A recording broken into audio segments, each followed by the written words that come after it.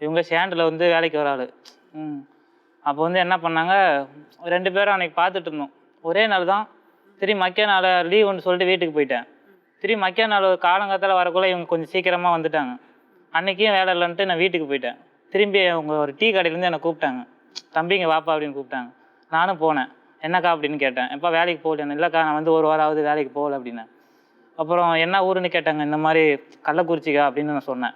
திரும்பி அப்புறம் என்ன சொன்னாங்க, சரி வேலைக்கு போகலையே செலவு காசு வச்சுருக்காங்க. இல்லைக்கா அண்ணன் ஒருத்தர் இருக்காரு, அவர் சாப்பாட்டுக்கு அவர் ஒரு மேஸ்திரி, அவர் சாப்பாட்டுக்கெல்லாம் கொடுத்துருவாரு அப்படின்னேன். இல்லை நான் தரேன்னு சொல்லிவிட்டு இவங்க ஒரு 200 பணமும் கடைக்கு கூப்பிட்டு போயிட்டு 1 கிலோ வாழைப்பழம் வாங்கி கொடுத்தாங்க. பின்ன கொஞ்சம் திராட்சை பழம் வாங்கி கொடுத்தாங்க.